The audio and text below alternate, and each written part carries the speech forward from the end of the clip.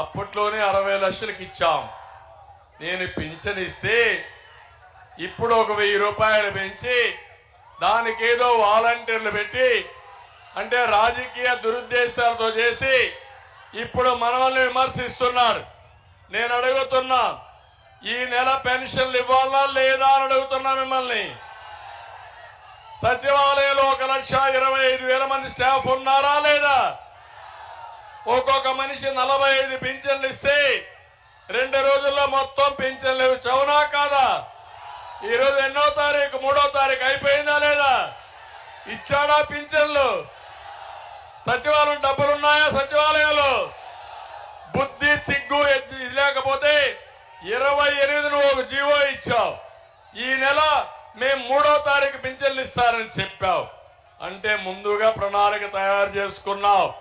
అంటే వచ్చిన డబ్బులు 13,000 కోట్ల రూపాయలు కాంట్రాక్టులకు ఇచ్చుకొని నీ మనుషులకు ఇచ్చుకొని లంచాలు మెక్కి ఈ పెన్షనర్స్ పేదవాళ్ళని వృద్ధుల్ని బాధ పెట్టిన వ్యక్తి జగన్మోహన్ రెడ్డి. అవునా కాదా తమ్ముళ్ళు అని మిమ్మల్ని అడుగుతున్నా.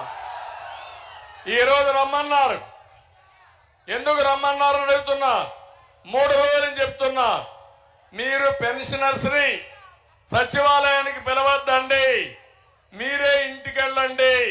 2 రోజుల్లో ఇవ్వచ్చు, మీరు అనుకుంటే 1 రోజుల్లో ఇవ్వచ్చు. నీకు ముఖ్యమంత్రిగా చేత కాకపోతే దద్దము అయితే నువ్వు దిగిపో, 1 డేలో ఏ విధంగా ఇవ్వాలి నేను ఇచ్చి చూపిస్తా. నాకు అనుభవం ఉంది, 14 సంవత్సరాలు ముఖ్యమంత్రిని. నీ దగ్గర నేర్చుకోవాల్సిన అవసరం నాకు లేదు. చేసి చూపించిన వ్యక్తిని.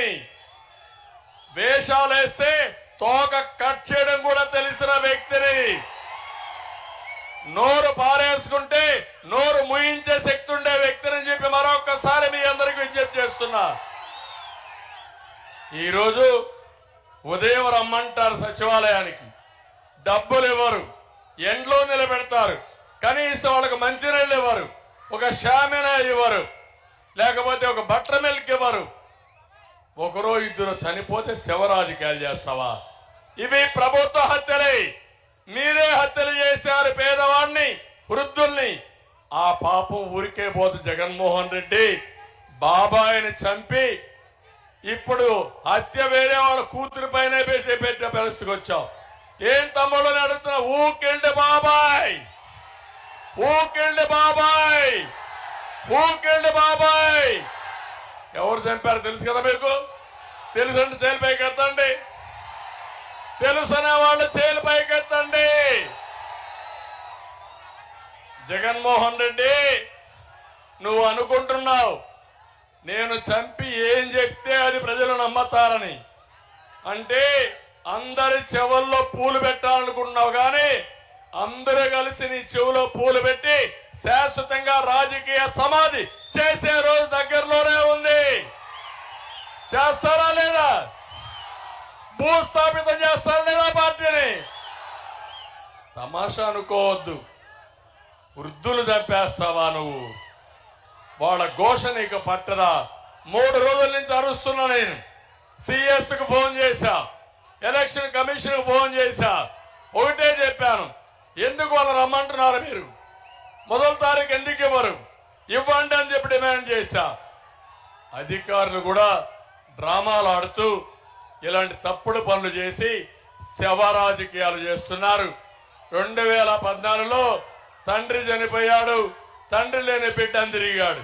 2019లో తండ్రి పోయాడు, బాబాయిని చంపేశారని ఆ రోజు తిరిగాడు. ఈయనే చంపేసి మన మీద పెట్టే పరిస్థితి వచ్చాడు. ఇప్పుడు వృద్ధులు చంపేసి శవ రాజకీయాలు చేస్తావా?